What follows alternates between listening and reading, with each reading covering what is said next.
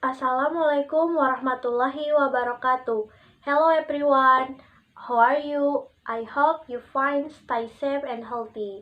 Introduce myself. My name is Nova Melinda of class F. Here I will explain part of speech. You know part of speech? Part of speech is a classification of words that are categorized through their rules and function in sentence of a language.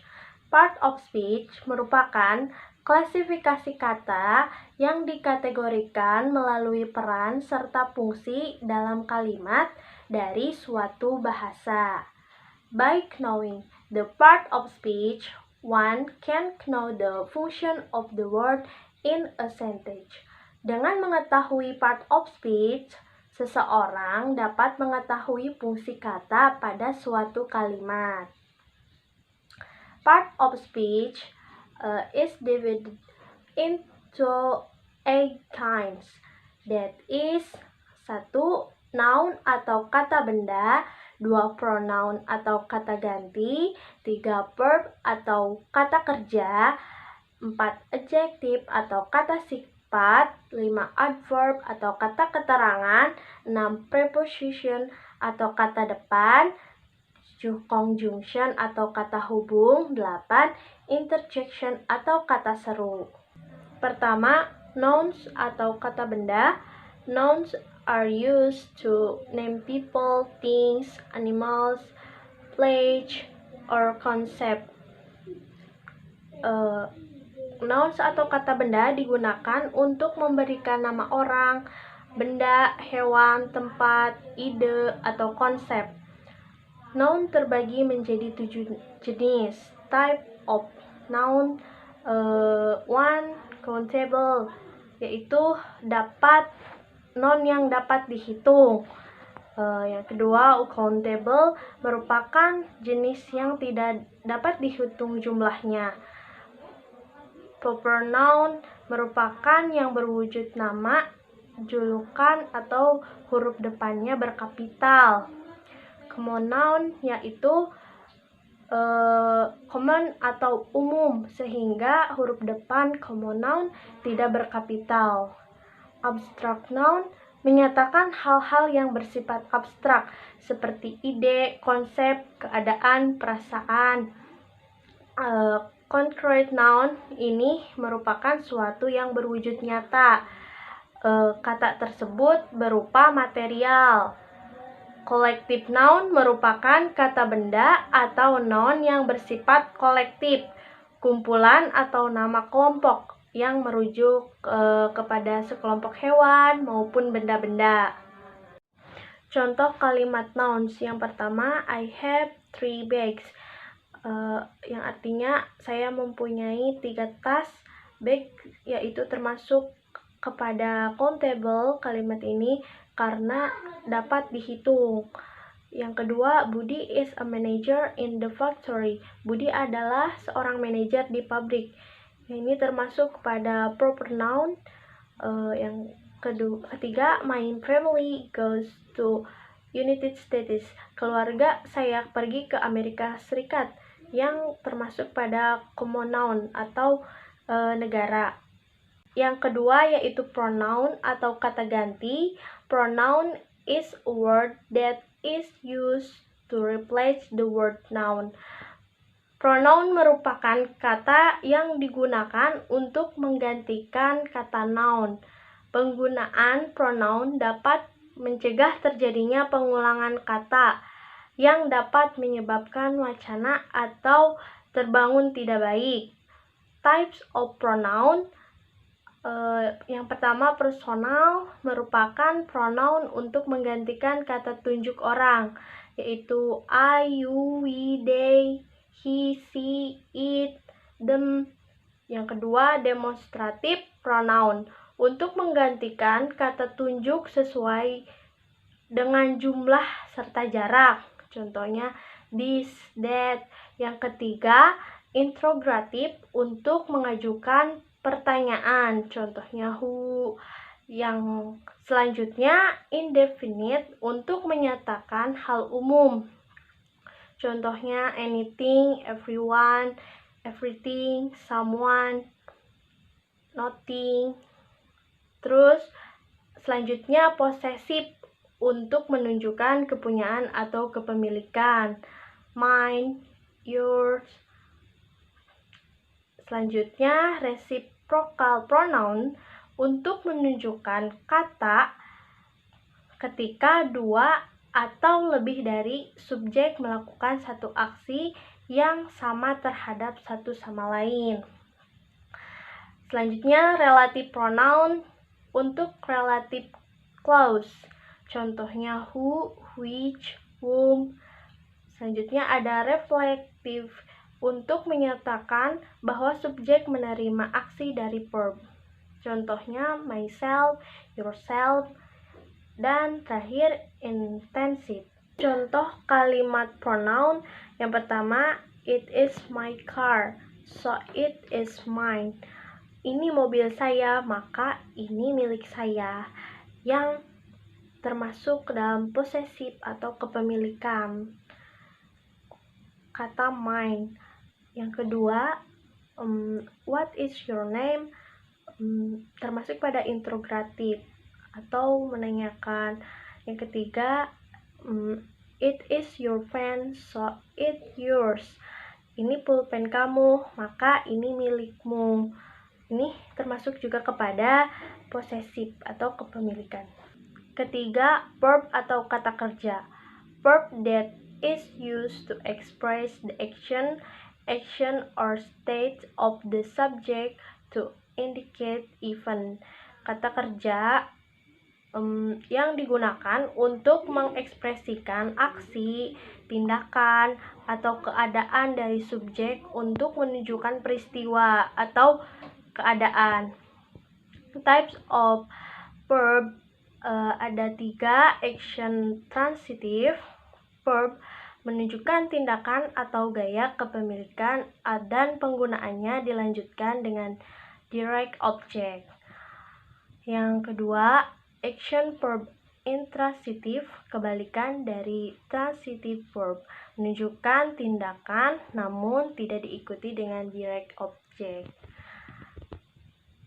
Yang ketiga, linking verb, kata kerja yang menunjukkan penghubung subjek. Contohnya tasty, be, rain. Kalimat yang termasuk kepada verb yaitu we climb in Bromo last week.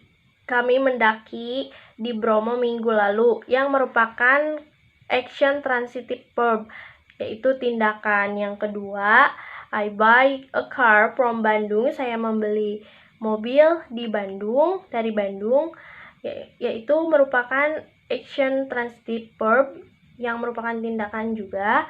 Yang ketiga, my father just arrived from Brazil. Ayahku baru saja tiba dari Brazil, yaitu termasuk action verb intransitive yang tindakan namun tidak diikuti dengan direct object. Yang keempat yaitu adjective atau kata sifat. Adjective used to provide information on nouns and pronouns.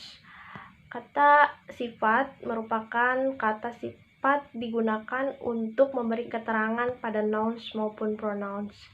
Tidak seperti yang tadi, tidak memiliki bentuk atau jenis lain. Contoh adjective, beautiful, angry, sad, pretty, ugly, handsome. Contoh kalimat pada adjective yaitu Liana is an intelligent player in badminton. Liana adalah pemain yang cerdas di bulu tangkis. Yang kedua, Melati has very good voice. Melati memiliki suara yang sangat bagus. Yang ketiga, Ezra is beautiful girl. Ezra adalah wanita cantik. Yang kelima, adverb atau kata keterangan. As the name implies, adverb serves to provide information. Sesuai dengan namanya, adverb berfungsi untuk memberikan keterangan. Types of adverb terdapat 5 jenis. yaitu adverb of manner, contohnya fast, softly, quickly, slowly. Adverb of time, contohnya yesterday, this morning, this afternoon. Adverb of degree, contohnya now, so, very, to.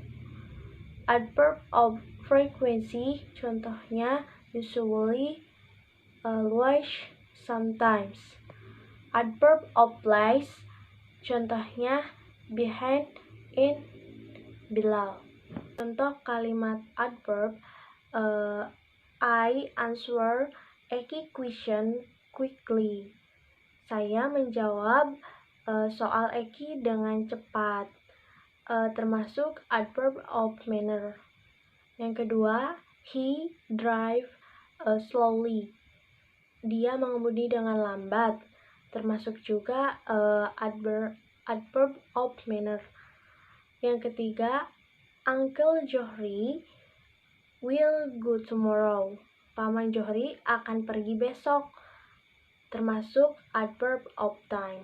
Yang keenam ada preposition atau kata depan. Preposition have a function to show the relationship between nouns and other words. Preposition memiliki fungsi untuk menunjukkan hubungan antara nouns dengan kata lain. Types of preposition terbagi menjadi 6 jenis. Preposition of time seperti after, until, since, before. Preposition of place seperti in, on.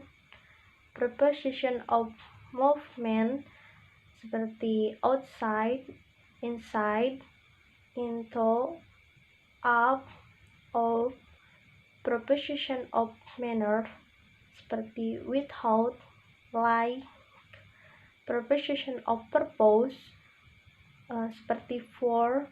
Preposition of measure or quantity seperti by ataupun for. Kalimat preposition adalah my mother work in home. Ibu saya bekerja di rumah. Termasuk kepada preposition of place karena menggunakan in. Yang kedua, my sister go to the school in the morning. Adik perempuan saya pergi ke sekolah di pagi hari. To termasuk preposition of movement. Yang ketiga, they enjoyed the math course at class. Mereka menikmati mata kuliah matematika di kelas. Kata at termasuk preposition of place. Yang ketujuh, conjunction atau kata hubung. Conjunction serves to connect two words, phrases, clauses so that they become a sentence. Conjunction atau kata hubung berfungsi untuk menghubungkan dua kata, frasa, klausa sehingga menjadi sebuah kalimat. Types of conjunction terbagi 3 jenis. Coordinating conjunction yaitu conjunction yang menghubungkan dua bentuk gramatikal yang sama. Contohnya and, but, yet, or, so. Yang kedua, subordinating conjunction yaitu conjunction yang menghubungkan antara induk kalimat dengan anak kalimat. Contohnya since, although, after. Yang ketiga, correlative conjunction yaitu conjunction yang berpasangan. Contohnya either or, between and, from, to. Contoh kalimat conjunction, we go to park but the park is closed. Kami pergi ke taman tapi tamannya sudah tutup. Itu merupakan coordinating conjunction. Yang kedua, Randy or you must done homework this night. Randy atau kamu harus menyelesaikan pekerjaan rumah malam ini. Itu termasuk coordinating conjunction dari kata or. Yang ketiga, he is good man but churlish. Dia adalah pria yang baik tapi cuek. Itu juga termasuk coordinating conjunction. Kedelapan, last, interjection atau kata seru. Interjection is a part of speech that is used to express emotion usually in the form of words. For example, oh, hey, oops. Jadi interjection merupakan part of speech yang digunakan untuk mengungkapkan emosi. Biasanya berupa kata contohnya oh, hey, oops yang tadi dikatakan, dan tidak memiliki jenis seperti yang lainnya. Contohnya yaitu hello, what's your name? Hello, siapa nama kamu? Di mana di kata hello itu terdapat tanda seru. Yang kedua, whose, don't say that again. Whose, jangan bilang itu lagi. Yang ketiga, thanks to God, I'm graduate. Syukurlah, saya lulus. Okay, so is the material part of speech that I can give you. I'm more or less sorry that we are still learning the same. Thank you for attention. Wabillahi taufiq wal hidayah. Wassalamualaikum warahmatullahi wabarakatuh.